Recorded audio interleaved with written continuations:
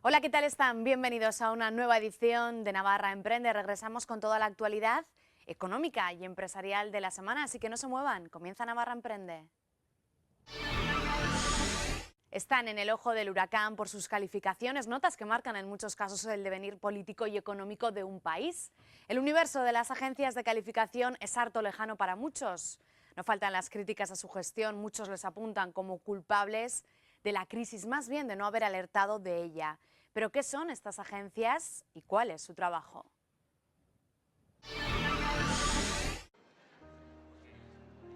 Existen cerca de 170 firmas, pero solo 3 concentran el mercado: Standard & Poor's, Moody's y Fitch. Las agencias de calificación están en el centro de la información económica y política, en el ojo del huracán. ¿Pero qué son exactamente estas agencias de calificación y cuál es su trabajo? ¿Son necesarias realmente? Este lunes, la agencia crediticia Standard & Poor's quitaba la máxima calificación, la AAA, al Fondo Europeo de Rescates, solo 3 días después de retirar la máxima nota a la deuda soberana de Francia y de bajar también en 2 escalones la calificación de España. Cuando nosotros prestamos nuestro ahorro, muchas veces lo que hacemos es comprar un bono. Cuando compramos un bono estamos prestando nuestro ahorro.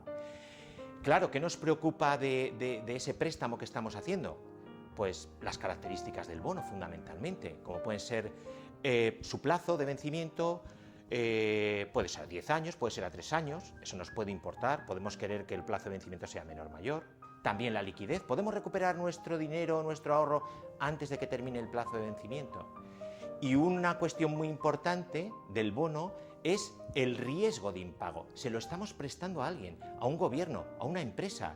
Y esa empresa, ese gobierno, puede en algún momento dejar de hacer frente a sus obligaciones con nosotros. Puede dejar de pagarnos los intereses, puede no pagarnos el principal al final del plazo de vencimiento. Por lo tanto, es muy importante entre las características de un bono el riesgo de impago que asumimos al comprar ese bono. Claro, lo que necesitamos entonces es, si sabemos que a mayor riesgo pediremos mayor interés para prestar nuestro dinero, es información sobre el riesgo de impago. ¿Quién nos puede dar la información sobre el riesgo de impago? Claro, ¿cómo obtienen información sobre el riesgo de impago que asumen al comprar cualquiera de estos bonos? Esa información es la que les proporcionan las agencias de rating, y entre ellas Standard & Poor's, que lo que hace es calificar a los emisores de bonos en función del riesgo que haya de impago de los bonos que esos emiten, en distintas categorías. Desde la AAA, que es esta famosa AAA, que poseen solo algunos gobiernos nacionales, que ha perdido Francia hace 2 días, y que quiere decir, según Standard & Poor's, que la capacidad de ese emisor para hacer frente a sus obligaciones del bono es tremendamente fuerte, la probabilidad de impago es prácticamente nula. Hasta la última calificación, la D, que son bonos que ya se acepta que no los van a pagar. Por lo tanto, insisto, Standard & Poor's es una agencia de rating que ofrece información sobre el riesgo de impago de los bonos. Se supone, claro, que es independiente y que esta información es una información que está basada en argumentos técnicos, fundamentalmente. Esa información de la que habla este economista es capaz de influir en decisiones económicas y políticas trascendentales. La influencia que tienen en la política y en la economía ha llevado a hablar de la dictadura de las agencias de calificación. Puede tener implicaciones, no siempre las va a tener, pero puede tenerlas en la medida en que los agentes se crean las calificaciones de las agencias de rating y actúen de acuerdo con estas calificaciones. Claro, a partir de aquí, si el gobierno ve que una rebaja de la calificación le va a suponer un gasto mayor en intereses y unos mayores problemas para conseguir financiación, lo que va a hacer el gobierno va a ser procurar que no le rebajen la calificación. Y las propias agencias, por ejemplo, el informe que emiten sobre la rebaja de la calificación de España este 13 de enero, dicen que, también las agencias dicen, el rating ahora es este, pero cuidado, es posible que en un futuro cambie. Entonces, emiten lo que se llama unas previsiones, un outlook, que puede ser, si es negativo, quiere decir que hay una probabilidad de que en el periodo de 6 a 24 meses se revise a la baja. Entonces la agencia dice, bueno, en el caso español, hemos bajado la calificación de la deuda pública española, pero además creemos que existe una probabilidad superior a un tercio de que en los próximos 6 a 24 meses se rebaje de nuevo a la baja. Y la rebaja a la baja, lo hacen explícito, dependerá de que se tomen medidas como una reforma del mercado de trabajo, de que el gobierno español tome medidas para cumplir con sus objetivos de déficit público en el 2012 del 4,4% de las administraciones públicas sobre el PIB, es decir, dar recomendaciones de política si se quiere seguir manteniendo ese rating.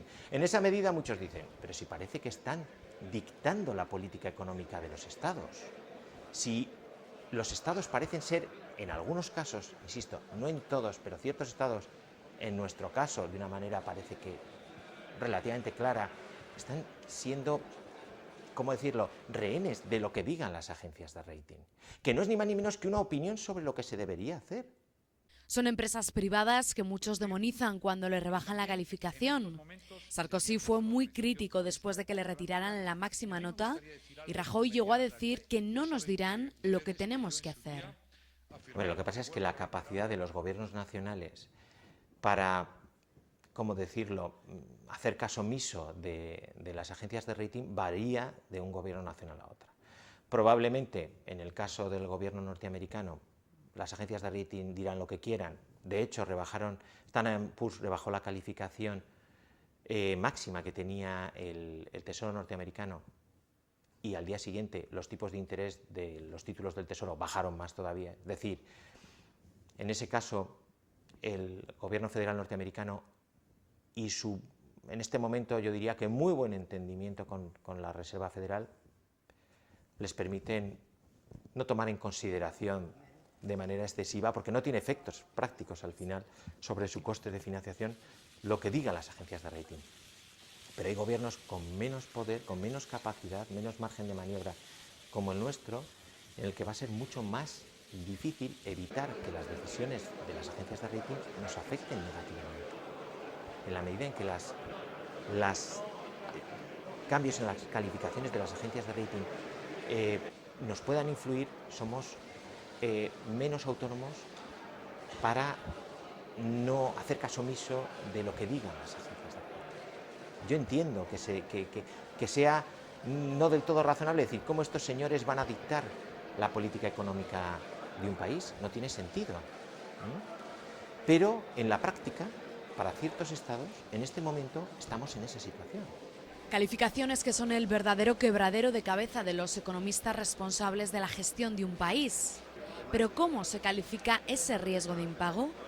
No es tarea fácil. En esta decisión intervienen 5 factores a calificar, cada uno de ellos de 1 a 6. Estos 5 grandes grupos de factores son factores políticos, factores económicos, factor que se llama de liquidez internacional, factores fiscales y factores monetarios. Estos factores se puntúan de 1 a 6. El mejor cumplimiento es 1, el peor cumplimiento de estos factores para asegurar el pago de los bonos emitidos, si estos factores se califican de 1 a 6. Se combinan en 2 perfiles y a partir de aquí salen esas calificaciones que hace públicas Standard & Poor's. Hay que ver que es muy difícil calificar el riesgo de impago. Y claro, Standard & Poor's utiliza, en primer lugar, variables que son cuantitativas y variables que son cualitativas. Por poner algún ejemplo, entre los factores políticos, Standard & Poor's trata de puntuar la capacidad de un gobierno para imponer reformas que vayan a favor de asegurar el pago de sus obligaciones financieras. ¿Cómo podemos puntuar esto? Es muy difícil. ¿Cómo podemos saber cuál es la capacidad y la fuerza de un gobierno para imponer reformas? Hay otras variables, sin embargo, que son datos, como por ejemplo el peso de la deuda de las administraciones públicas sobre el PIB. Y hay otras que son simples estimaciones de Standard & Poor's, como por ejemplo es la estimación del crecimiento económico de un país. En economía es muy difícil realizar predicciones. Todos se equivocan. Si tienes que predecir la evolución del crecimiento de un país, seguro que vas a cometer errores. Todos se equivocan, estas agencias también. De hecho, muchos les achacan ser culpables de la actual crisis económica, más bien de no haber alertado de la crisis, de la situación económica que se nos venía encima. Es cierto que llevan parejas las críticas, les envuelve cierto oscurantismo y sobre estas agencias planea ahora la posibilidad de crear una agencia europea que podría acabar con ese oligopolio del que muchos les acusan. Frente a estas agencias, las 3 que dominan el mercado, que son anglosajonas, el contar con una agencia que también lleva a cabo un trabajo técnico de calificación de riesgos, pero que sea europea. No lo sé, no sé en qué terminará, pero, hombre, evidentemente es una de las opciones que están ahí, porque, insisto, las agencias de rating se equivocaron en la crisis, no solo en el caso de Lehman Brothers, no, se equivocaron, yo creo, sobre todo a la hora de calificar las titulizaciones de las subprime norteamericanas. Erraron, no supieron lo que estaban, no lo hicieron muy mal, ¿no?, como se ha demostrado, y están, en parte son una de las causas de la actual crisis financiera. Y en este momento, con sus calificaciones, en algún caso quizás demasiado exagerada, porque, insisto, hay aspectos cualitativos que se pueden valorar con mayor o menor intensidad, están complicando la salida de la crisis también. Lo que parece claro es que no podemos vivir sin ellas, pero es difícil hablar de ellas sin olvidar las críticas que suscitan y la sombra del conflicto de intereses que planea sobre ellas.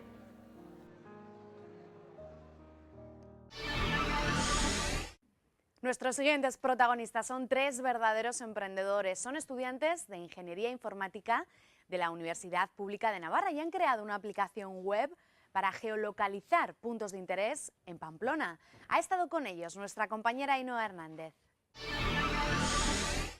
Las nuevas tecnologías nos hacen nuestro día a día cada vez más sencillo. Parece que consultar las direcciones a través del típico plano de papel en Pamplona va a pasar a ser historia. A ello han contribuido tres estudiantes de la Universidad Pública de Navarra de Ingeniería Informática, entre ellos Mael. Hola Mael, ¿qué tal? Hola, buenas. Decía yo que parece que eso del plano de papel se va a quedar obsoleto gracias a una aplicación, servicio web que habéis creado vosotros para geolocalizar puntos de interés en Pamplona, ¿no? Cuéntame qué es exactamente esto que habéis creado. Pues sí, es como bien dices, es un poco, tenemos dos partes, una parte es la aplicación web, lo que podemos ver aquí en el ordenador, sí, y luego tenemos consultar esos mismos datos que tenemos ahí desde un teléfono móvil, desde un teléfono móvil, un smartphone de estos modernos. Entonces, lo que nos permite es encontrar esos puntos, pero con exactitud, y saber a qué distancia están de nosotros en un cierto punto de Pamplona. Por ejemplo, ¿de qué puntos de interés estamos hablando? ¿Qué podemos encontrar en esta aplicación?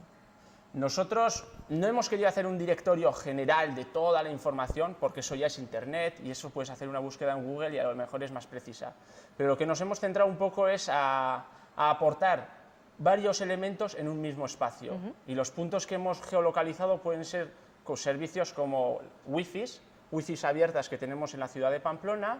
Por ejemplo, los parkings, eso es muy interesante porque tenemos en tiempo real también el número de plazas que tiene cada uno de ellos. Entonces, haces una consulta y te dice, pues, de unos cuantos parkings del casco antiguo, cuántas plazas libres hay.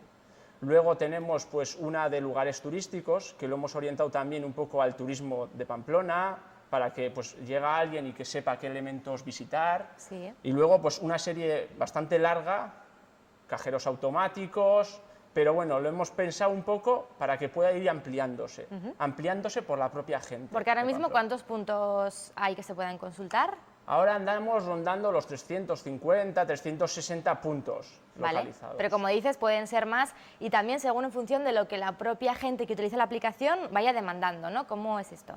Sí, esto es la dimensión un poco, cuando iniciamos el proyecto, la dimensión que le dimos fue un poco, queríamos que fuese un proyecto social, donde la gente participase, aunque sabemos ya que a día de hoy hay muchos sitios donde participar en Internet, pero bueno, esto es uno más y lo que queremos es que las personas puedan acceder, registrarse en la web, simplemente con el correo electrónico y añadir estos puntos que ellos consideren también de interés y que se pongan para el posterior uso de todas las personas. Entonces, esa es un poco la dimensión y nosotros estamos un poco de administradores, yo y el equipo, como para gestionar y dónde ubicar esos puntos y verificar que están bien puestos.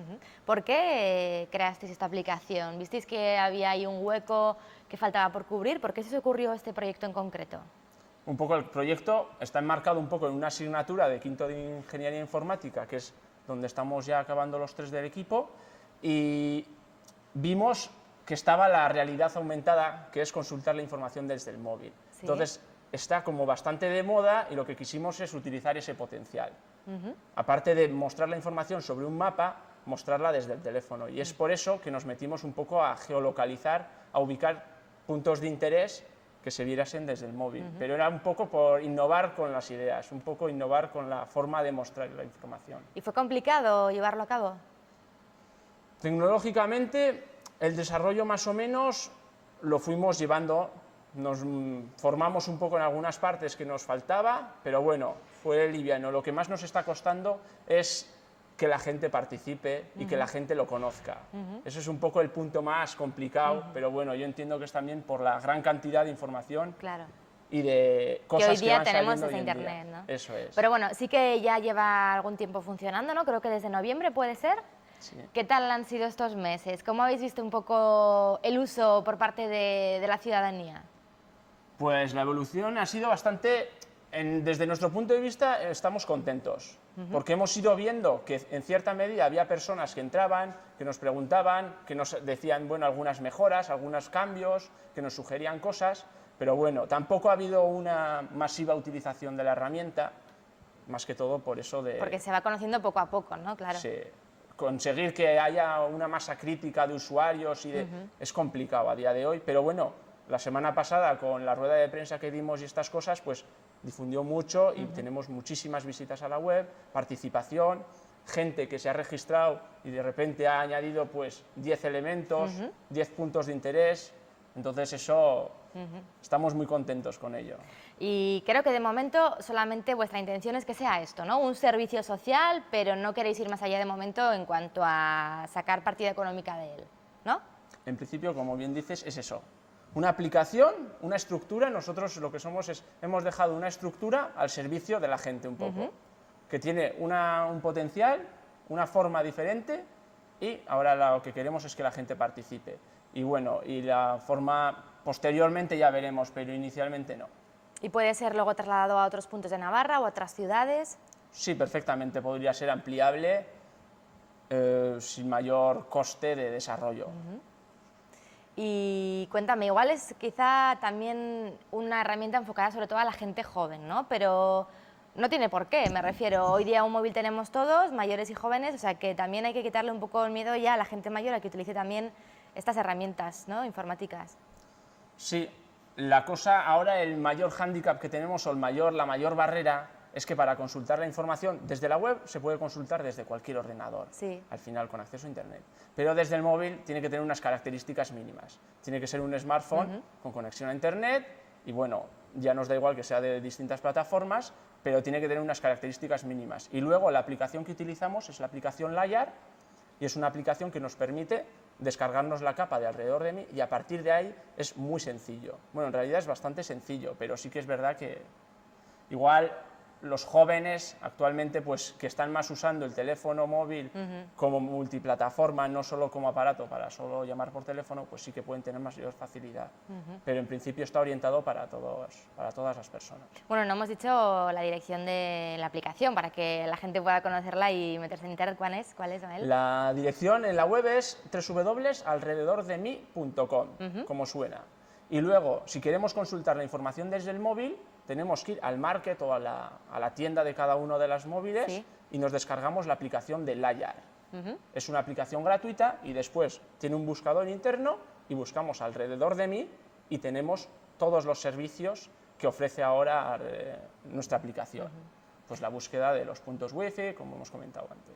Podríamos decir que vosotros habéis sido 3 emprendedores incluso antes de acabar vuestra carrera, ¿no? Que os habéis adelantado un poco. Yo no sé cómo veis el futuro, tú y tus 2 compañeros, Mael, vais a acabar ya la carrera, ¿no? Me comentabas, ¿qué tal está la cosa para los ingenieros informáticos como vosotros? Pues yo realmente es un poco diferente porque yo acabé la carrera, esta es de 5 años y acabé la de 3 años, entonces ya fue acabada. Y ando trabajando en una empresa en Investic a media jornada, entonces estoy como compatibilizando estudios y la carrera. Y entonces el futuro de los informáticos, yo creo que el futuro es un poco incierto a día de hoy, entonces no sabría si para los informáticos va a ser más sencillo o más complicado que para el resto. Lo que veo es que tenemos como que tenemos la capacidad igual de encontrar ideas y de llevarlas a cabo en un tiempo bastante finito, bastante corto y de una forma bastante visual. si se nos ocurre algún proyecto, que es un poco lo que hemos hecho nosotros, porque el coste de trabajo pues ha sido el nuestro, no ha habido coste económico más que nuestro tiempo, también porque somos estudiantes y había personas que nos podían mantener. Pero en sí ese que animas aspecto. un poco a emprender propios proyectos como el vuestro, ¿no? En vuestro campo. Más que todo es a no tener miedo a Por llevar eso. a cabo aquellas ideas que se te ocurran, porque en estos momentos o te puedes dejar guiar por las ideas de los demás o por lo que ya existe, o puedes un poco, pues eso, innovar, emprender, que serían un poco los términos, llevar a cabo tus propias ideas y sobre todo viendo las tendencias del mercado, sobre todo el mercado más tecnológico. Pues este es un mensaje que nos gusta mucho en Navarra Emprende, que se anima a la gente a desarrollar sus propias ideas. Así que así vamos a terminar, Mael. Muchas gracias y sobre todo, pues mucha suerte y que os vaya muy bien con vuestra aplicación. Muchas gracias a vosotros. Y tiempo ya para repasar la actualidad de la semana. Navarra ha despedido el 2011 con una inflación del 2,6%, 2 décimas más que la media nacional. Junto a ella, otras comunidades superan esta media. Es el caso de Asturias, Castilla y León y La Rioja con el 2,7%, Castilla-La Mancha con el 2,6% y Cataluña, Galicia y Madrid con el 2,5%. En la media han quedado Aragón, Extremadura y el País Vasco y el resto por debajo.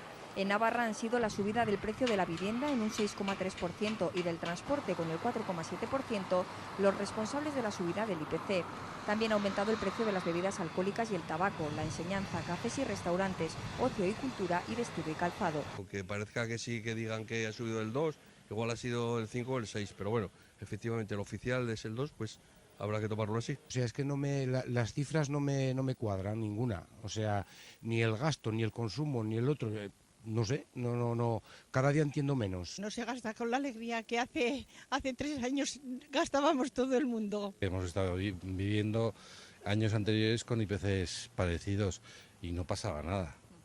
Con lo cual ahora, con la que nos está cayendo, un 2,6 me parece casi un regalo. En el conjunto de España, el IPC bajó en diciembre 5 décimas respecto a noviembre por la caída de precios del transporte y las bebidas alcohólicas y el tabaco. Con el IPC de diciembre se activan las cláusulas de revisión salarial de los convenios colectivos, previstas para cuando la tasa de inflación supera la previsión pactada por empresarios y sindicatos. Los mayores de 65 años que compren diferentes productos en Carrefour notarán un descenso en el precio de la cesta de su compra. El plan 65 Plus descontará el IVA en las compras que realicen aplicándolos sobre más de 4.000 productos. Para un hogar con mayores de 65 años, el ahorro que se puede alcanzar se estima que ronde entre 225 y 250 euros al año. Carrefour descuenta el IVA a todos los productos de carnicería, pescadería, frutería, panadería, charcutería, pastelería, platos preparados, huevos, verduras y hortalizas y quesos. El IVA de estos productos, como ya comenté antes, es entre el 4 y el 8%. Los mayores de 65 años suman en España 7,9 millones y representan el 16,7% de la población. Por ello, esta iniciativa se muestra como una ayuda a un colectivo numeroso y en muchos casos vulnerable. La media de pensión es de 810 euros y la pensión mínima de 347. En consecuencia, las familias enteras subsisten con la pensión de mayores de 65 años y con estas cifras hemos considerado que los mayores de 65 años son un colectivo más numeroso y vulnerable y, por tanto, que sería el más aplicable con la tarjeta. La aplicación del descuento es directa e inmediata y su mecánica es simple. La manera de conseguirla es sencilla, solo hay que darse de alta en el Club Carrefour, acreditar la edad y disfrutar de los descuentos. A continuación les ofrecemos la agenda de Navarra Emprende. Esta semana destacamos un curso destinado a generar nuevas ideas de negocio para hacer frente a la crisis. Esta semana en nuestra agenda de Navarra Emprende destacamos el curso online Cómo desarrollar una estrategia de innovación basada en la anticipación. Es un curso organizado por Infocenter, el Centro de Vigilancia e Inteligencia Competitiva, que se desarrollará del 23 de enero al 1 de abril. Ante la crisis genera nuevas ideas de negocio. Este es el curso organizado por Human Management System, que tendrá lugar en Pamplona del 23 de enero al 26 de noviembre. Otro curso, Virtualización con software libre. Es un curso organizado por Sistema Formación que tendrá lugar en Pamplona del 23 de enero al 22 de febrero. Y para finalizar, destacamos el curso Herramientas de Gestión de Proyectos. Tendrá lugar en Pamplona del 25 de enero al 9 de febrero y está organizado por Sistema Formación. Así nos vamos, regresamos en 7 días. Gracias por estar ahí. Feliz semana, adiós.